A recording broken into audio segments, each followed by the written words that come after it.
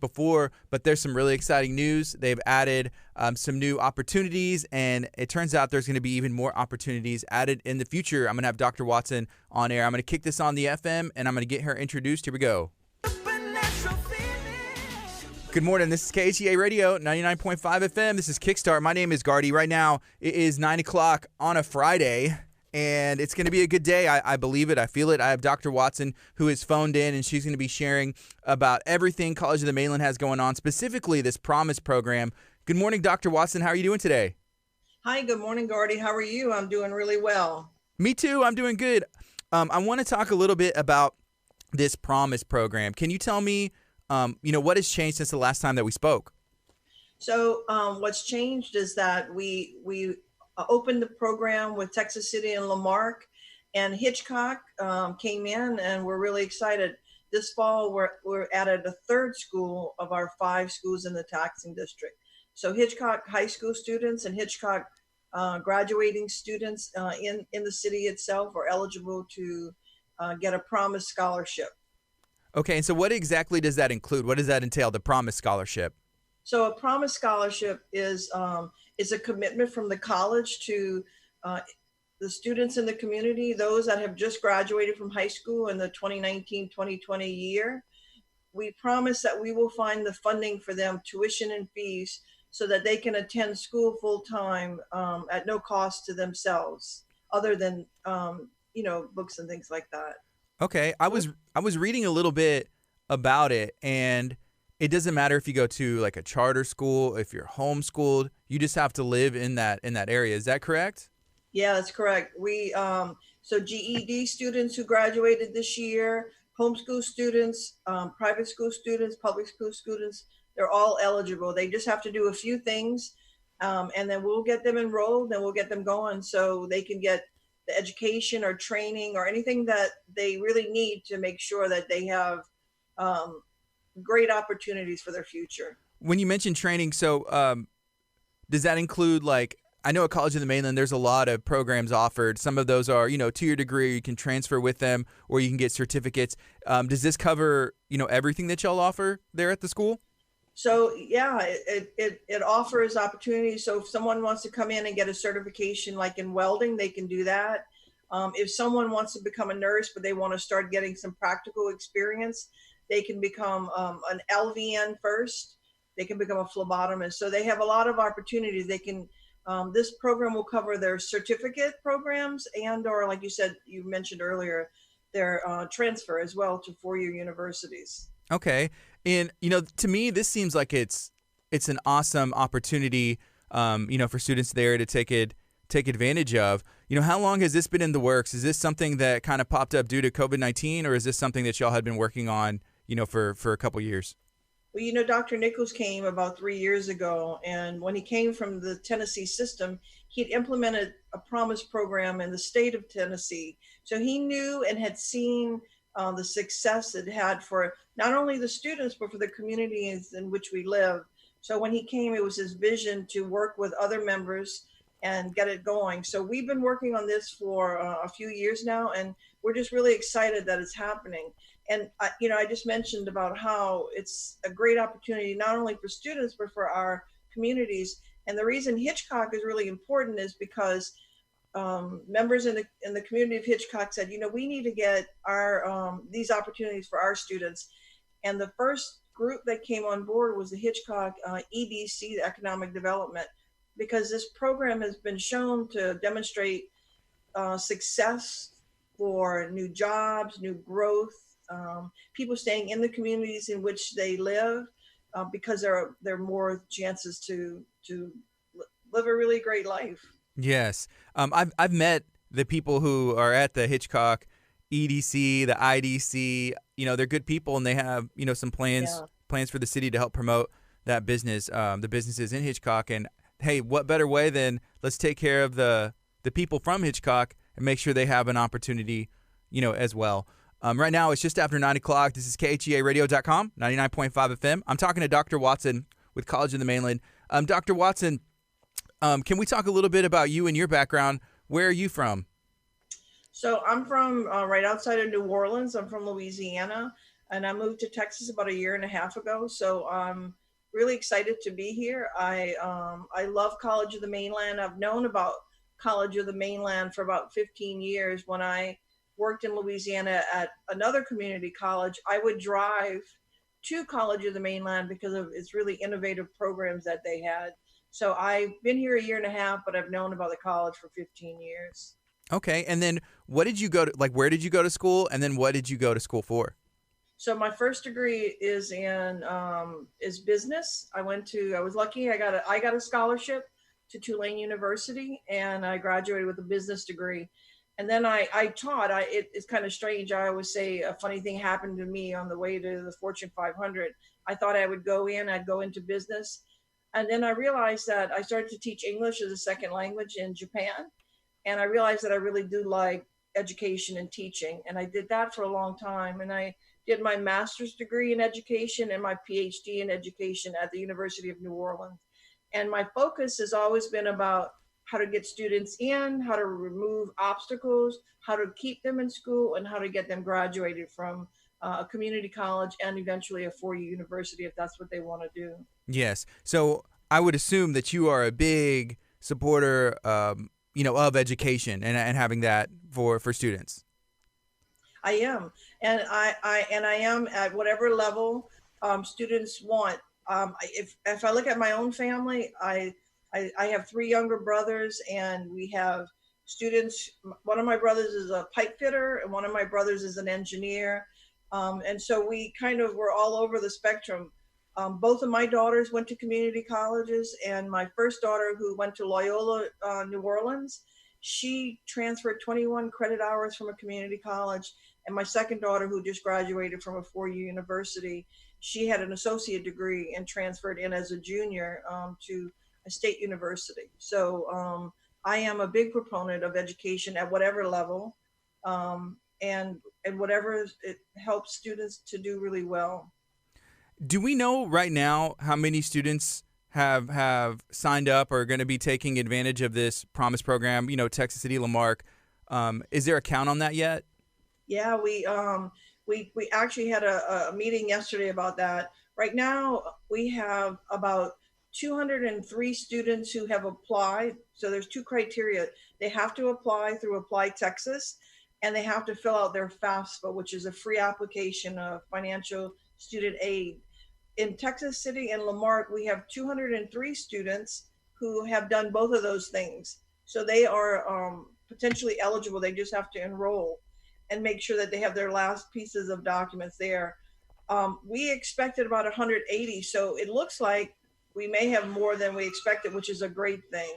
And even in Hitchcock, which has about 75 seniors, I think, right now, we have potentially 50 students who could be eligible out of 75, which is pretty amazing. That's two-thirds of the student population. For Hitchcock, they have the same criteria. They have to apply Texas, and they have till Wednesday, July the 15th, to go online and register on Apply Texas and identify College of the Mainland. And then they have till July 31st, which is a Friday, to complete their FAFSA, and they would be eligible. So we would love to see two-thirds of Hitchcock's student body come to College of the Mainland. And there's no cost. I mean, that's tuition free, right? It is tuition free. We cover their tuition and their fees, and we're really proud that College of the Mainland is one of the three lowest tuition costs in the state of Texas. So normally it would cost a student $887 at College of the Mainland. And hey, look, this is a great opportunity for students. We teach the same classes as our brother and sister institutions, but some local universities cost as much as $5,600 a semester. So it costs nothing for the students to come as long as they do those two things. And then once they're on campus, they have to take this seriously, and we want them to be successful. So they have to maintain a full-time status, have to have at least 12 to 15 hours or 4 to 5 classes while they're there. And after the first year, they have to have a 2.0. But we also know that in high school, sometimes students are late bloomers.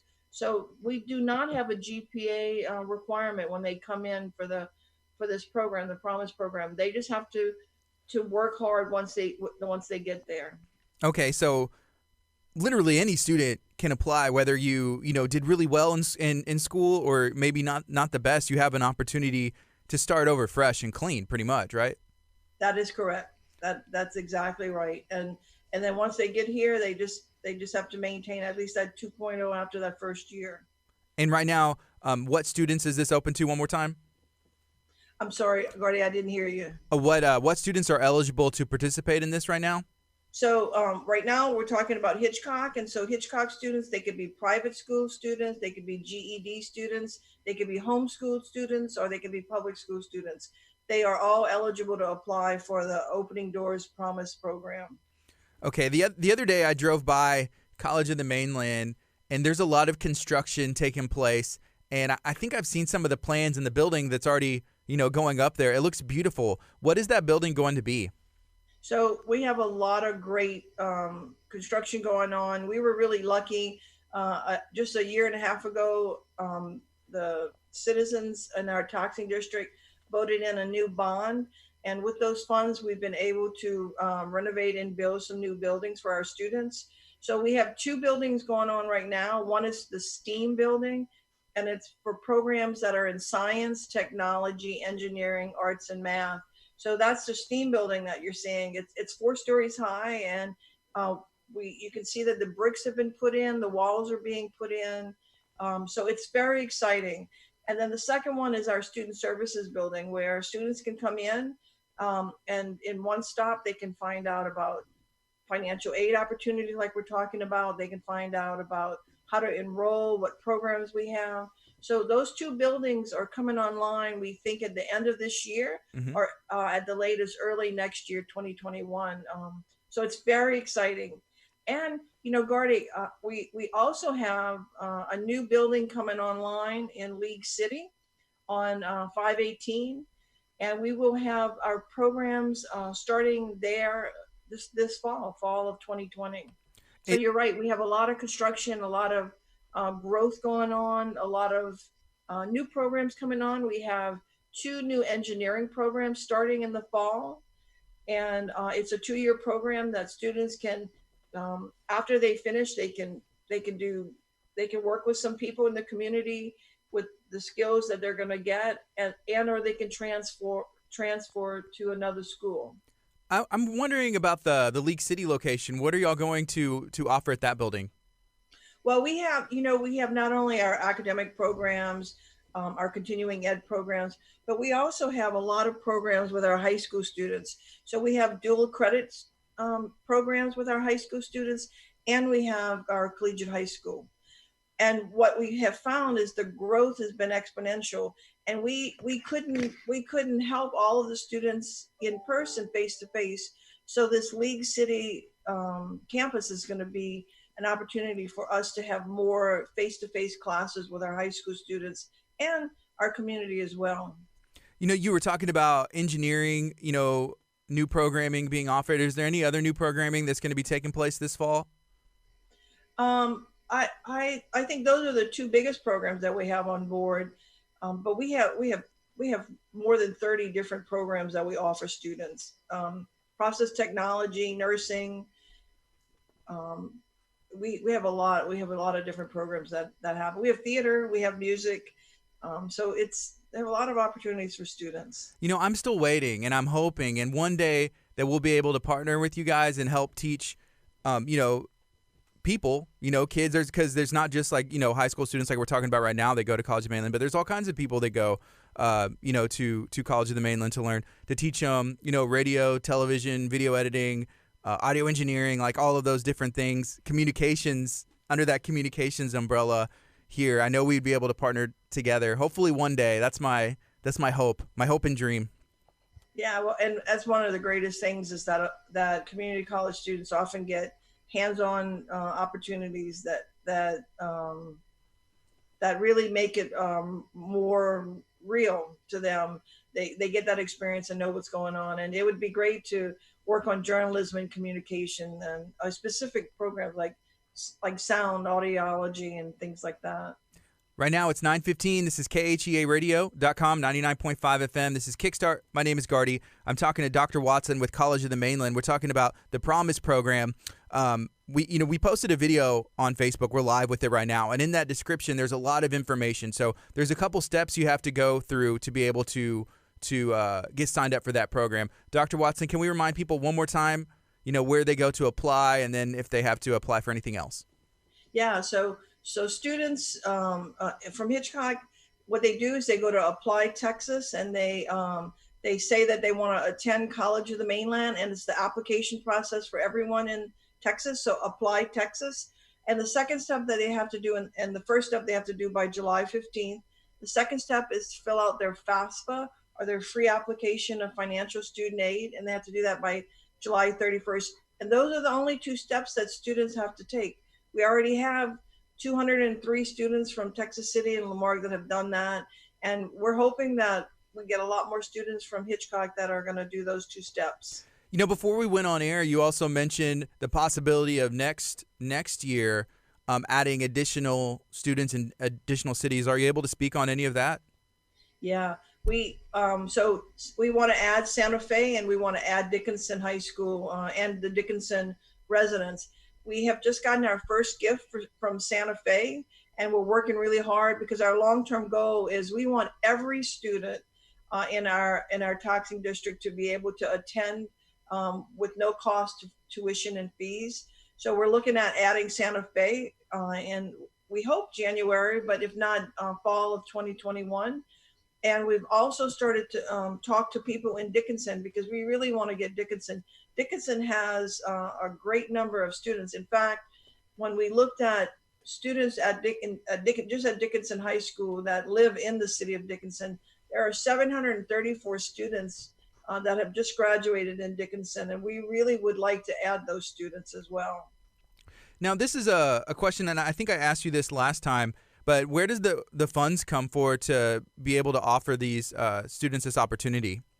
Well, and that's actually the greatest part is that, often people have different thoughts about philanthropy and where money comes from. But we've been able to partner with, for example, Texas City Economic Development Corp, because these Promise programs have been shown to positively impact economic development.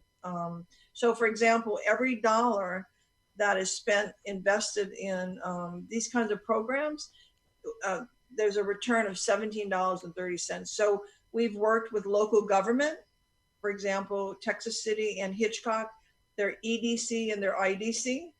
We've worked with private individuals. So we have some donors who have given, let's say from Lamarck, individually out of their own pockets.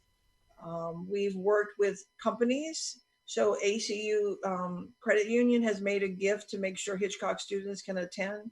So we've gotten funds from EDCs and government. We've gotten funds from individuals.